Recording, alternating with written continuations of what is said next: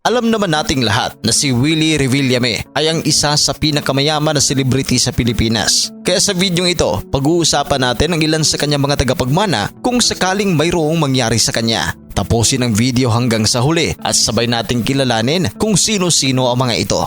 Ang Last Will and Testament ay ginawa ng mga mayayamang tao para matiyak na mga ari-arian at yaman ay maipapamahagi ayon sa kanyang kagustuhan kapag siya ay pumanaw. Si Willie Revillame ay isang kilalang personalidad sa showbiz industry sa Pilipinas na nagtatrabaho bilang host sa iba't ibang variety shows tulad ng Wawawi at Wawawin. Bukod sa kanyang karera sa telebisyon, siya rin ay isang negosyante at pilantropo. Ayon sa isang artikulo noong 2024, tinatayang may net worth siya na 4 billion pesos.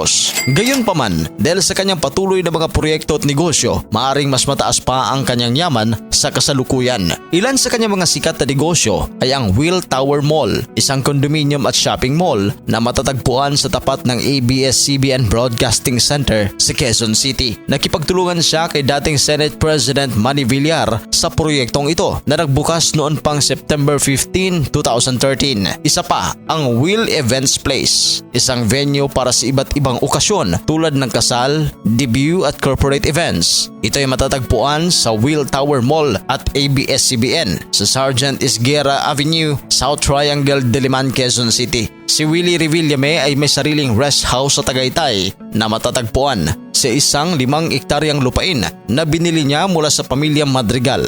Plano rin niyang magtayo ng isang 5-star resort hotel sa loob ng parehong lupain.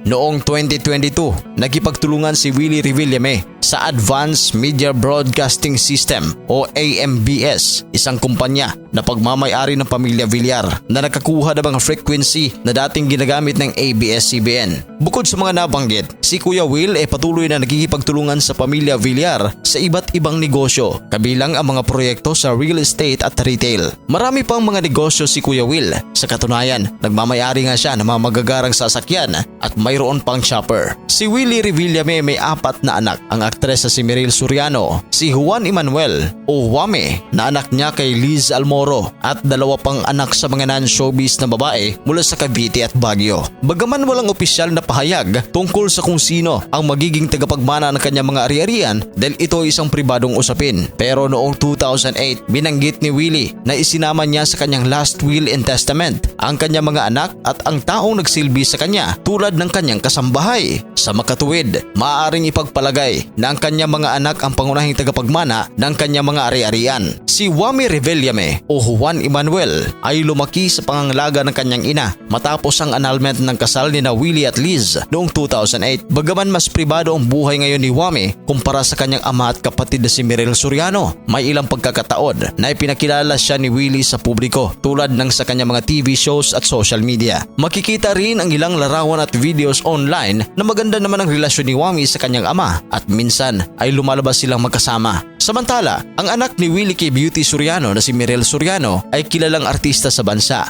na siya ngang isa sa tagapagmana ng yaman ni Willie. Si Miril Soriano ngayon ay may anak sa aktor na si Joem Bascon na ipinanganak noong 2020. Ito na yung apo ni Willie. Si Miril ay isa sa mga respetadong aktres sa industriya dahil sa kanyang husay sa pag-arte at pagiging totoo sa kanyang craft. Si Willie Revillame ay kasal noon kay Liz Almoro, isang dating beauty queen. Nagpakasal sila sa isang civil wedding noong 2005 na pinangunahan ni Quezon City Mayor Sunny Belmonte at sinundan naman ito ng church wedding noong 2006. Gayunpaman, nagkahiwalay sila at naanal ang kanilang kasal noong 2008. Bago si Liz Almoro, nagkaroon din ng relasyon si Willie kay Beauty Soriano, ang ina ng kanyang anak na si Miril Soriano. Bukod dito, may ilan pang naging karelasyon si Willie ngunit wala siyang kinakasama o pinakasalan muli sa kasalukuyan. Sa madaling salita, hindi kasama ang kanyang mga dating asawa na magmana sa kanyang yaman.